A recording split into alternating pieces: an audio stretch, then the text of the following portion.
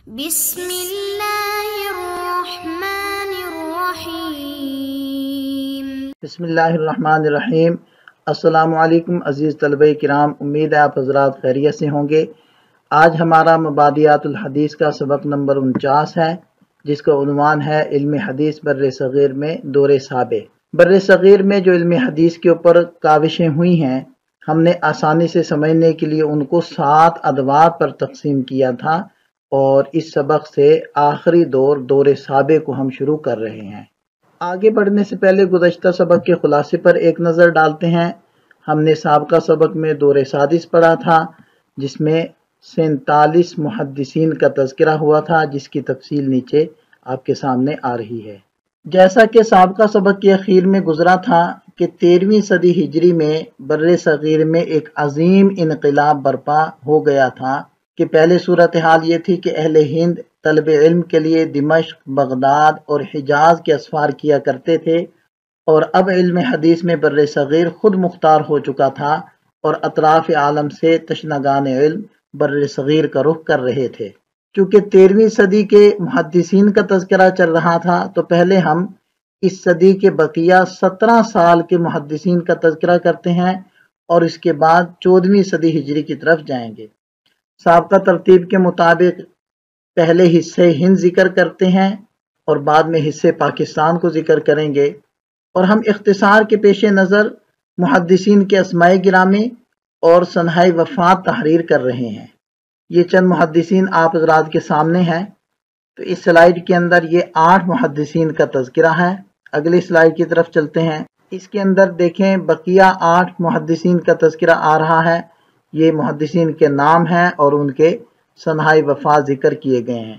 اسی طرح اس سلائیڈ کے اندر بھی محدثین کا نام ہے اور ان کے سنہائے وفات ہے، اور نیچے حوالہ جات آپ دیکھ سکتے ہیں۔ یہاں سے ہم حصے پاکستان کو ذکر کرتے ہیں۔ اس میں مولانا مصطفیٰ بن طیب رفیقی رحمہ اللہ آپ کشمیر میں پیدا ہوئے، اور اپنے والد کے علاوہ دیگر علماء اور محدثین سے علم فقہ و حدیث حاصل کیا، اور خلق کثیر نے آپ سے استفادہ کیا۔ سابقہ چند صفحات میں ہم نے 13ویں صدی ہجری کے جو 17 سالوں کے 24 محدثین تھے، ان کا تذکرہ کیا ہے۔ اس سلائیڈ سے آپ دیکھ سکتے ہیں کہ 14ویں صدی ہجری کے محدثین کا ہم تذکرہ کر رہے ہیں۔ یہ ان حضرات محدثین کے اسماء گرامی ہیں جو قیام پاکستان سے پہلے ہی انتقال کر گئے تھے، اور بر صغیر کے اس حصے میں آباد تھے جو اب ہند کہلاتا ہے۔